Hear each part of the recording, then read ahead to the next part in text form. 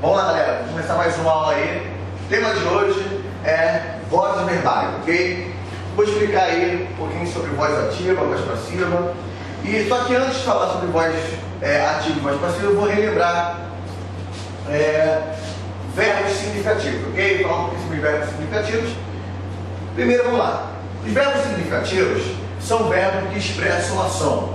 Verbos intransitivos e os verbos transitivos. Esses verbos que expressam ação, ora vai precisar de um complemento verbal e ora não vai precisar de complemento verbal. Os verbos que não precisam de complemento verbal, eu chamo de verbo intransitivo. Aqueles que precisam de complemento verbal, eu vou chamar de verbos transitivos e que, por sua vez, vão se dividir em transitivos diretos e transitivo indireto. Vamos lá. Primeiro exemplo está aqui. João acordou cedo.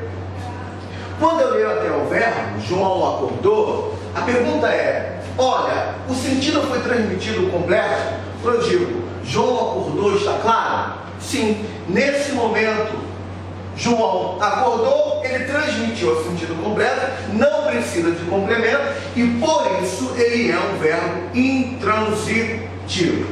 Verbos intransitivos são verbos que não precisam de complemento para transmitir o sentido completo. Esses verbos intransitivos não precisam de complemento, ele pode ter aí um termo associado a ele. E esse termo ele vai trazer uma circunstância a respeito da ação verbal, e esse termo se chama adjunto adverbial. Volta um pouquinho aí. Os verbos intransitivos são aqueles que não precisam de complemento para transmitir o sentido completo, logo jamais haverá associado ao verbo intransitivo um complemento verbal.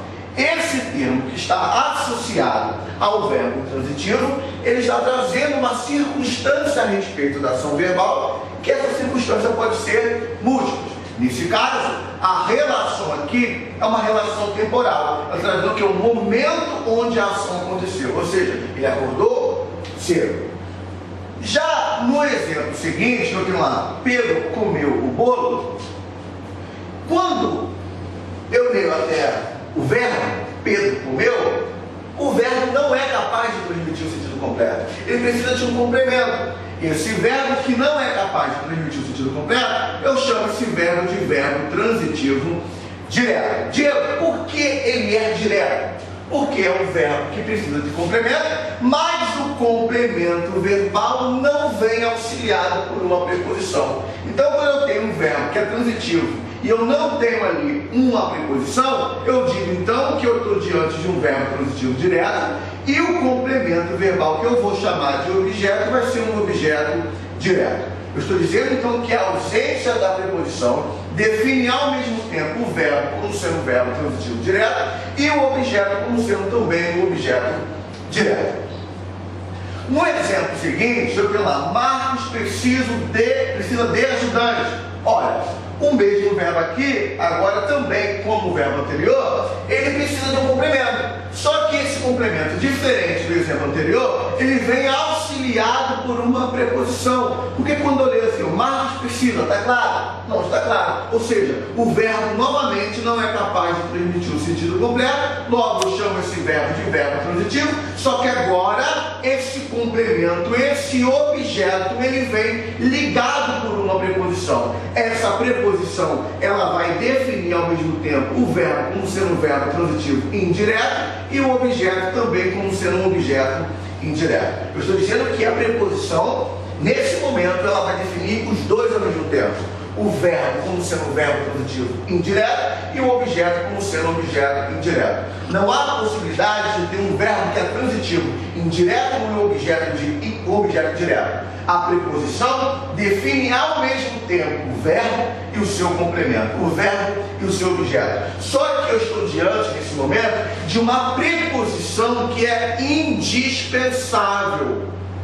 Porque haverá momentos que, diante de um verbo transitivo, mesmo que apareça a preposição, essa preposição ela pode ser ali dispensada. Então, nem sempre que apareceu uma preposição, eu posso julgar automaticamente como sendo um verbo transitivo indireto. O que eu preciso analisar é se essa preposição ela é indispensável ou ela é dispensável. Você vai ler a frase sem mencionar a preposição e verificar se o sentido está completo ou não. Quando eu digo Marcos precisa de ajudante, lá Marcos precisa ajudante, ou seja, a preposição é indispensável. Se eu tirar a preposição, ela perde o sentido. Mas na frase, João convidou todos, eu poderia tirar a preposição e nesse momento a ausência da preposição não tiraria o sentido dessa frase. Então, nesse momento aqui, eu tenho uma preposição que é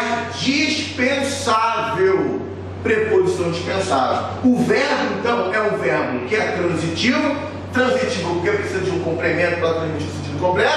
No entanto, ele é transitivo, embora haja uma preposição, essa preposição poderia ser retirada sem trazer prejuízo de sentido para a frase. Então, nesse momento, eu classifico esse verbo como verbo transitivo direto, preposicionado, e o objeto também, objeto direto, preposicionado também. Então, eu estou diante de um verbo que é transitivo, mesmo com uma preposição, ele pode ser retirado, passando aqui o sentido completo. Por isso, eu julgo verbo transitivo direto, preposicionado.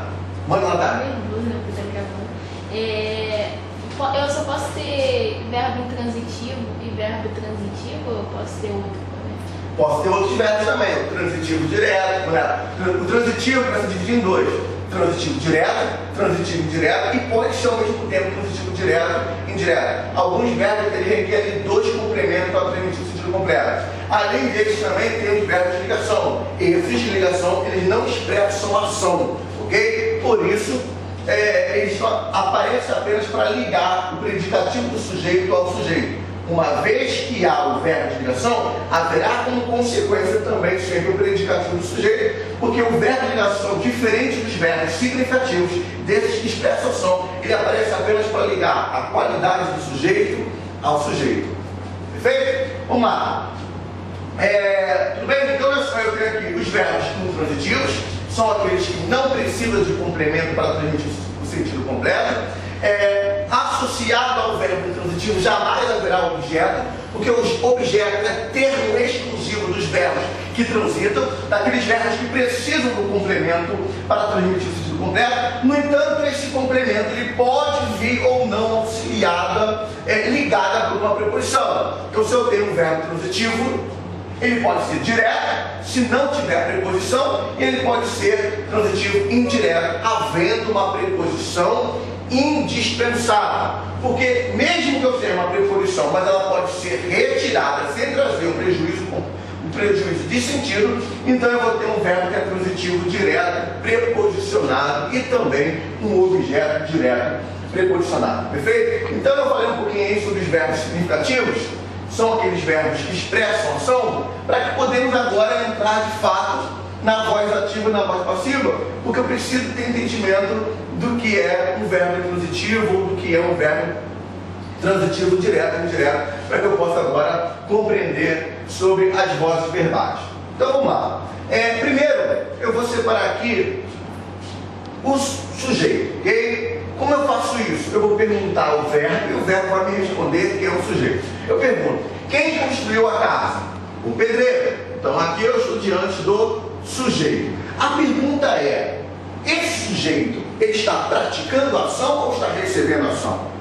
Olha, o pedreiro está construindo, ativo. Então, quando o sujeito está praticando a ação, é nesse momento que eu classifico uma voz ativa.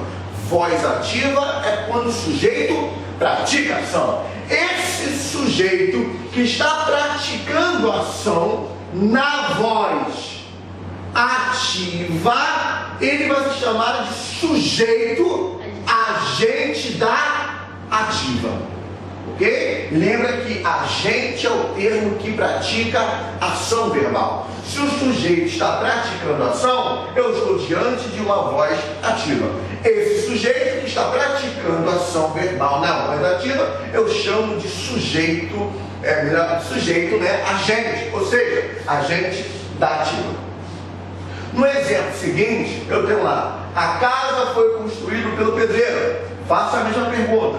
Quem foi construída pelo pedreiro?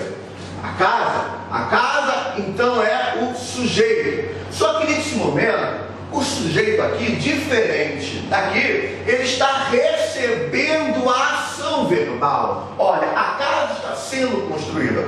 Quando o sujeito recebe a ação, eu chamo esse sujeito de sujeito paciente. Logo, quando o sujeito recebe a ação verbal, a voz verbal é uma voz passiva. Voz passiva é quando o sujeito recebe ação. Então, nesse momento, eu tenho uma voz passiva, porque o sujeito está recebendo ação. E o termo que pratica ação na voz passiva, eu chamo de agente da passiva. Ok? Então, vamos lá. Recordando aqui, então, voltando um pouquinho. Voz ativa é quando o sujeito pratica ação. Voz passiva é quando o sujeito está recebendo ação.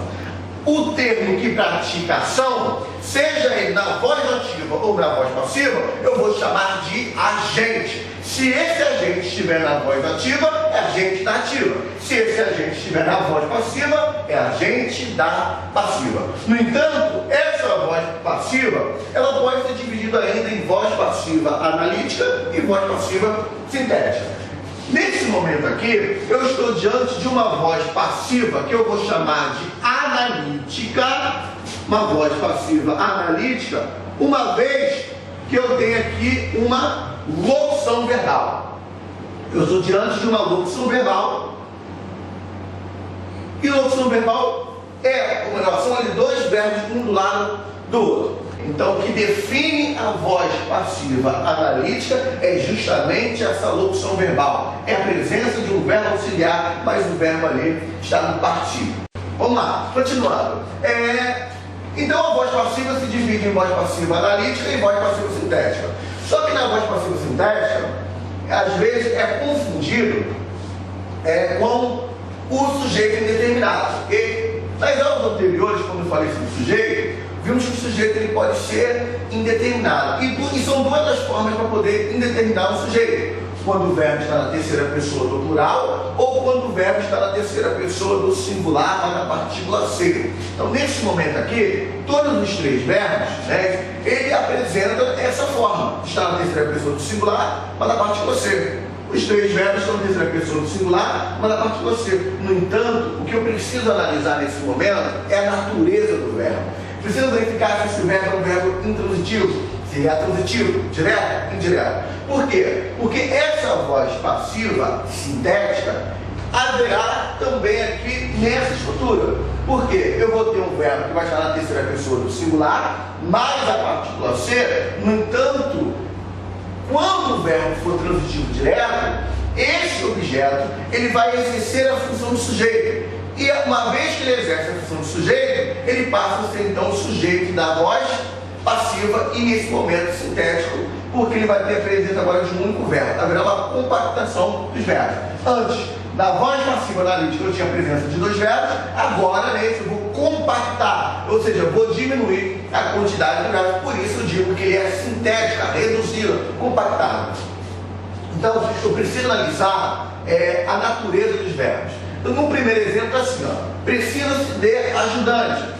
O verbo é um verbo transitivo indireto, uma vez que quem precisa de algo, o verbo não é capaz de permitir se completo. Só que eu estou diante de um verbo que é transitivo e que é ligado por uma preposição. Por isso, o verbo é transitivo indireto e o objeto é um objeto também indireto. Nesse momento, eu sei que alguém precisa de ajudante. Eu não sei dizer quem precisa. Por isso eu digo que o sujeito aqui é indeterminado. E esse ser vai exercer a função de índice de indeterminação do sujeito.